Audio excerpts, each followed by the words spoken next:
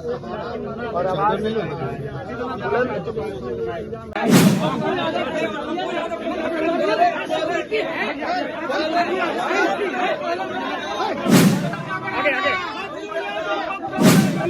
समझा जाएगा ना, वारंट लाइए, दिखाइए, पढ़ाइए, लाइए वारंट लाइए, दिखाइए। इस वक्त की बड़ी खबर है पूर्णिया जिले से। आपको बता दें, बिहार का वही पूर्णिया जिला जहां के निर्दलीय सांसद संसद में खूब जोर शोर से बोलते हैं। आपको बता दें, बेहद चर्चा में रहे पप्पू यादव की गिरफ्तारी और उसको लेकर पुलिस के द्वारा छापेमारी निश्चित रूप से हैरान करने वाली है। बहरहाल आपको बता दें कि पप्पू यादव की गिरफ्तारी हो चुकी है। पप्पू यादव की गिरफ्तारी जो मोटिवेटेड है, क्या देर रात पप्पू यादव को गिरफ्तार कर पटना पुलिस ने सही किया? क्या 31 साल पुराने मामले में पप्पू यादव की गिरफ्तारी पुलिस मैनुअल के तहत हुई? क्या पप्पू यादव अपने लापरवाहियों के कारण गिरफ्तार हुए? आपको बता दें कि पप्पू यादव निर्दलीय सांसद राजेश रंजन उर्फ पप्पू यादव को पटना पुलिस ने बीती रात 12 बजे गिरफ्तार कर लिया। यादव की यह गिरफ्तारी किराए के घर पर कब्जा करने से जुड़े एक 31 साल पुराने मामले में कोर्ट के वारंट के बाद हुई है। बहरहाल आपको बता दें कि एक कमरा घर किराए पर लिया गया था और मकान मालिक का आरोप है कि उन्हें धोखाधड़ी करके पप्पू यादव के ऑफिस खोलने के लिए वह किराए पर लिया गया था और इसी मामले में उन्होंने मामला दर्ज कराया था। आपको बता दें कि इस मामले में अचानक नई मोड़ आ गई। 31 साल पुराने कोर्ट के मामले में बार बार सूचना देने के बावजूद उपस्थित कोर्ट में न होने के कारण कुर्की जब्ती गिरफ्तारी की वारंट जारी हुई। गिरफ्तार कर लिया गया पप्पू यादव जी को। माननीय न्यायालय का आदेश था 1995 का एक केस था जो भारतीय दंड संहिता में आईपीसी कहलाती थी, अभी जो बीएनएस लागू है उसके स्थान पर, जिसमें 400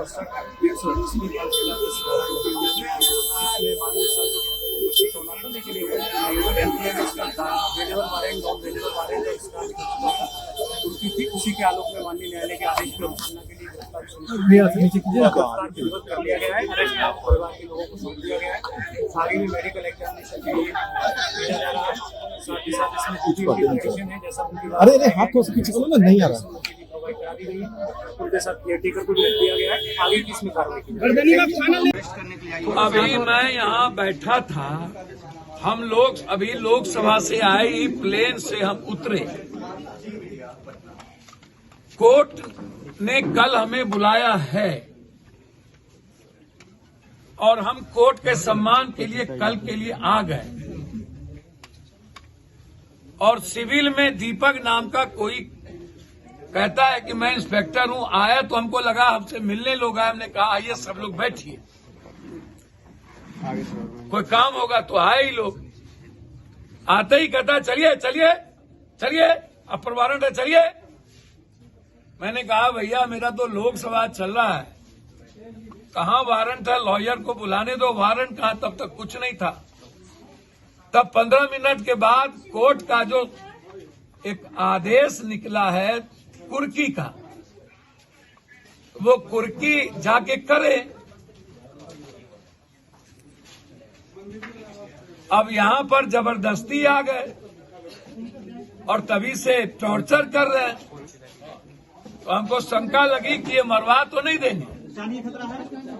भैया ये तो जिस तरीके से किया उससे तो लग रहा है कि लोग मरवा भी सकते थे।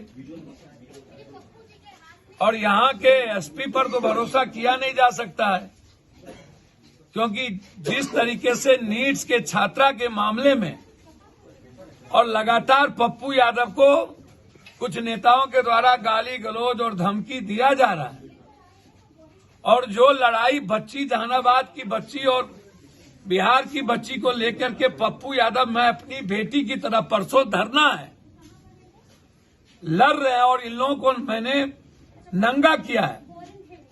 इसको डर पप्पू यादव से है। तो पप्पू यादव को इस तरीके से टॉर्चर लगातार करना, हम तो नीतीश बाबू से भी कहेंगे और सम्राट जी से,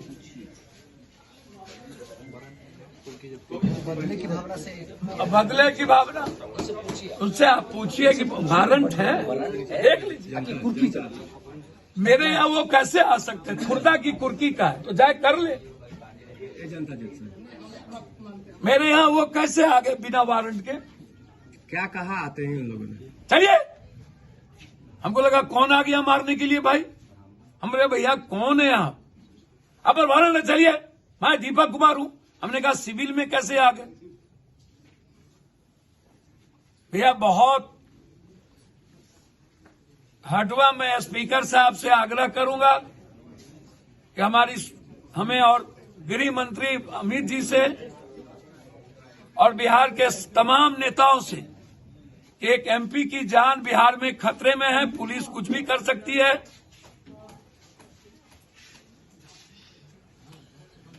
आप हमें सुरक्षित करें।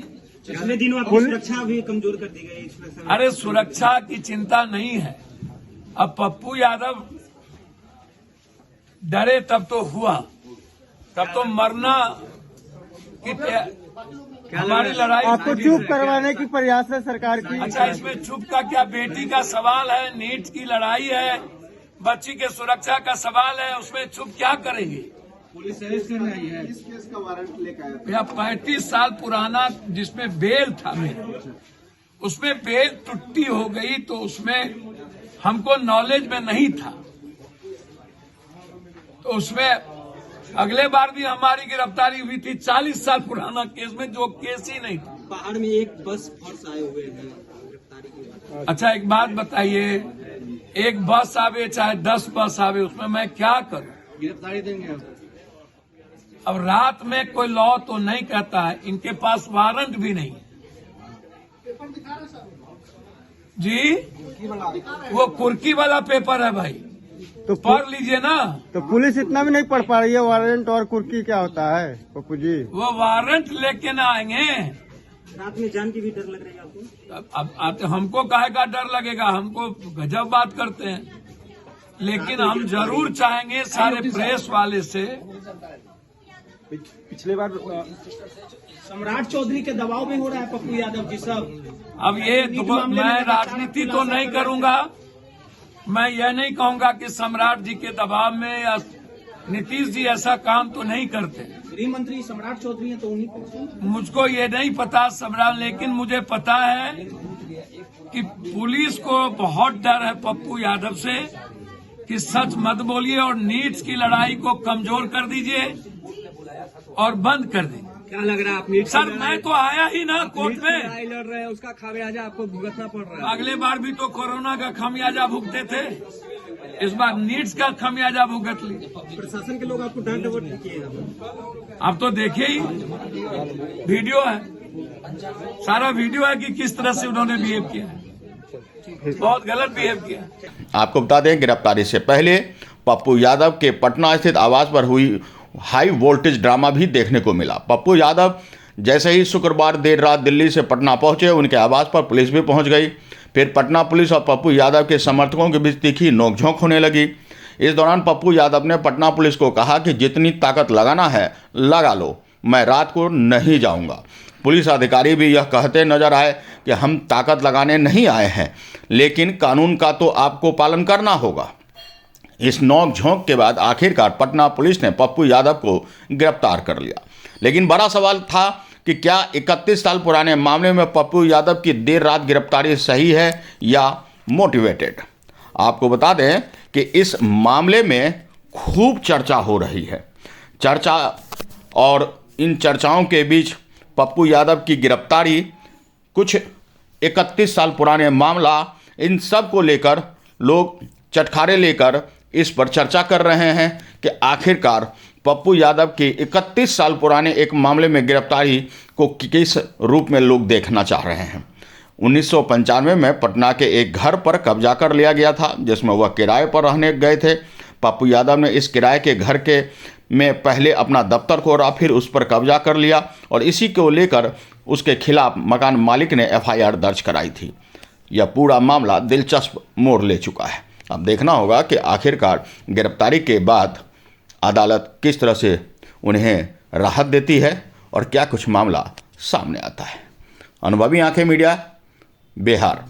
तो आज के लिए इतना ही। हमारे साथ बने रहिए और देखते रहिए अनुभवी आंखें न्यूज। और पढ़ते रहिए अनुभवी आंखें अखबार। सोशल साइट्स, ऑनलाइन चैनल पे जाकर आप हमारे चैनल्स को देख सकते हैं, लाइक और सब्सक्राइब भी कर दीजिए। दोस्तों, आप हमसे जुड़ने के लिए अपना पासपोर्ट साइज फोटो और एक आधार कार्ड की फोटोकॉपी हमें भेज दें और हमसे जुड़ें। हमारे से जुड़ने के लिए इस नंबर पे आप हमसे बात कीजिए। हमारा नंबर है 8826227802।